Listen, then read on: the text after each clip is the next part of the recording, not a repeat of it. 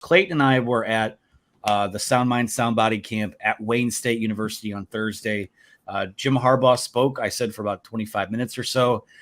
Pretty much answered any and all questions about, the media was throwing at him. There was a scrub of about, I would say, 8 or 9 of us there. Anything from, what's happening going on in the offseason, who impressed him in the spring, touched on some of the Shemmy Schembechler stuff. But I want to start here because we'll run through our takeaways on that. But we'll start with Shane because I wanted to lead with this one anyways. Shane Johnson with a 1999 Super Chat says, last year run pass was 62 to 38%. Jim Harbaugh says it will be about 50-50 this year.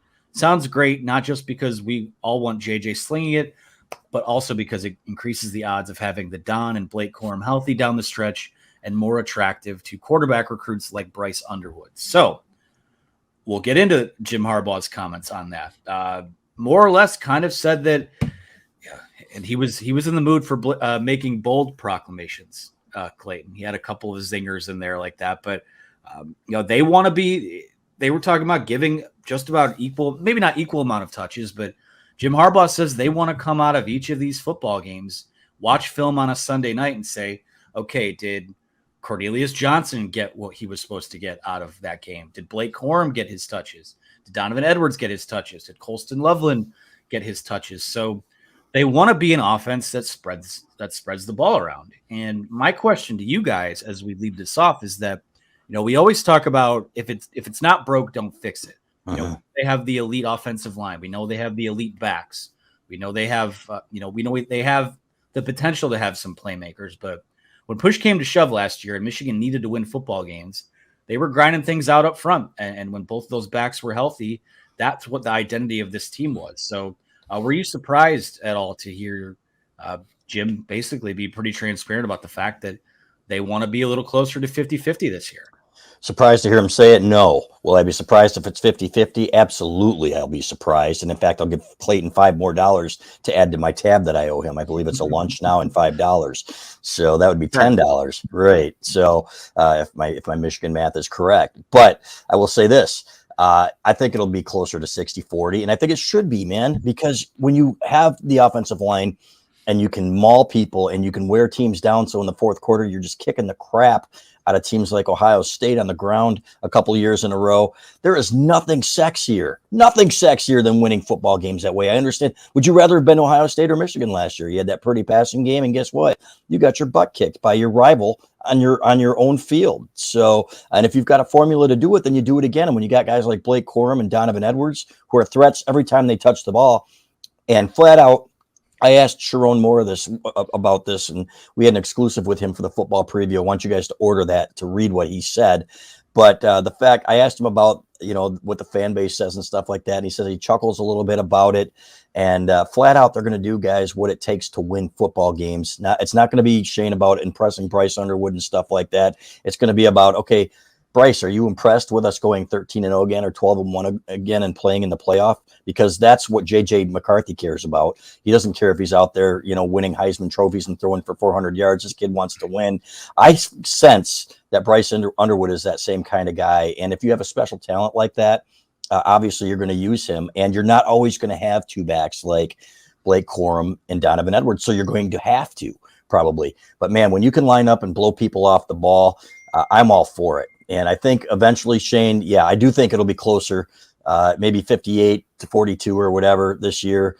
But there were times last year that you could tell that they went, okay, we're going to pass, on this series of downs, and it didn't quite work as well because you didn't have the elite receivers. I'm not sure that's going to change. So play to your strengths is what I say.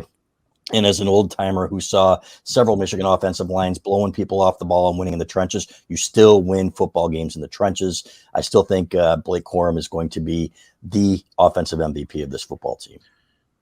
Yeah, and here's the thing. They're going to do what works. Jim Harbaugh has said it. There's a couple ways to travel, on the ground and through the air. They're going to do both, and they're going to do what works as long as you travel down the field and end up in the end zone. And I've also learned this. There are two Jim Harbaugh. He has two different modes. There's off-season Jim Harbaugh, and then there's in-season Jim Harbaugh. He's talking like this. Yeah, we need 6 to 8 targets for Roman Wilson and Colston Loveland, and maybe Blake and Donovan only have 10 and 9 carries each per game. We want to rest them, and and all this stuff. I don't think that I'm not saying he doesn't think what he's saying, but or believe that this stuff may come true. But once it gets into the season, he's going to do what it takes to win, as you said, CB, and Sharon Moore's right, and he talked about it in the spring as well. Like it doesn't really matter. They're going to do what it takes to move the ball, score points, win games. So yeah, I mean, I think it'll probably be less than 62% run this year, just because you have a second-year starting quarterback. I think you still have some really nice weapons that you can use. Tight ends, wide receiver, maybe not the game breaker there, but Donovan Edwards out of the backfield, you could throw to Blake Corum, all of that. And so I think it'll be that. I think it'll be less than 62, but I would guess it'd be a heck of a lot closer to 60 than it is 50. And again, it's not that Jim Harbaugh doesn't believe what he's saying. I think it's just a little bit different. This is the same guy that said, Dan Villari could have a Taysom Hill type of role. He said that AJ Henning was going to be, playing in more of a Deebo Samuel type of role. He says certain things in the offseason because I think he thinks that could happen. He likes to tinker and experiment with different things in the offseason, switches guys' positions, things like that. But when push comes to shove, they're going to do what it takes. And they should do that as well. And by the way, I was looking up before we went live here, Dan Villari. He is a tight end at Syracuse. So, maybe he'll get to throw this fall, and maybe he will. The Taysom Hill proclamation will come true.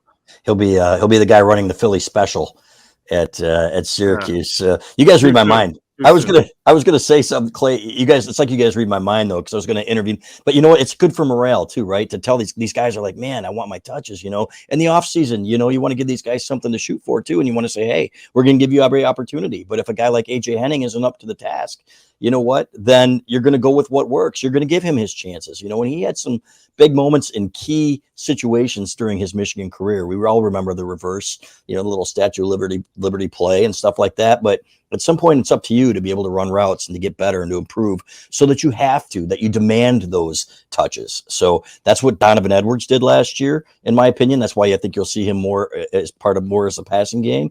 In the passing game, maybe at slot receiver, whatever, too. But whatever they do, they got to get those guys on the field at the same time and make sure both of those guys get their touches. To me, that's where it starts.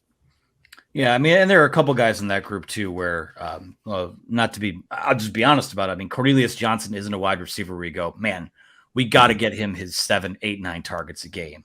More Cornelius Johnson hate from Anthony. It's not hate. I'm just kidding. Hey, you know what? He's going to be calling for Andrel Anthony by the end of the show. Yeah, this week's player of the game will be Andrel Anthony. Even, who cares if he's in Oklahoma Sooner? He might be down at Oklahoma, the player of the week every week. I wish him all the best. Yeah, I mean, I think that Jim Harbaugh is what I would refer to as like a college. He's a football mad scientist. He's going to throw a bunch of stuff at the wall and get the data to support what works and what doesn't, and they'll kind of build their identity from there. I think that it's good. I like the idea that I don't think they'll be successful in it because I think they're going to have leads in games and they're going to run the ball a lot to run out the clock and things like that. But, I like because we saw them have to do this against Ohio State last year to make the comeback in that TCU game that they did.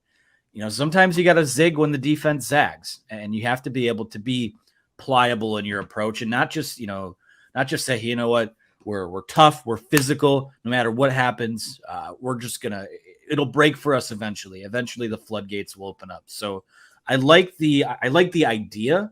I like the thinking behind, hey, we want to be a little more balanced. But to me, when Michigan's at its best, it's going to be controlling the line of scrimmage. It's going to grind its opponents into, a pile of dust.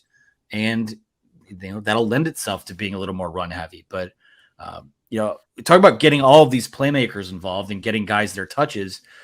When you have a quarterback as good as JJ McCarthy is, you also want the ball in his hands a lot more than just handing it off too. So it's I won't say it's a delicate balance. It's a good problem to have. Rich people problems, as Sharon says all the time.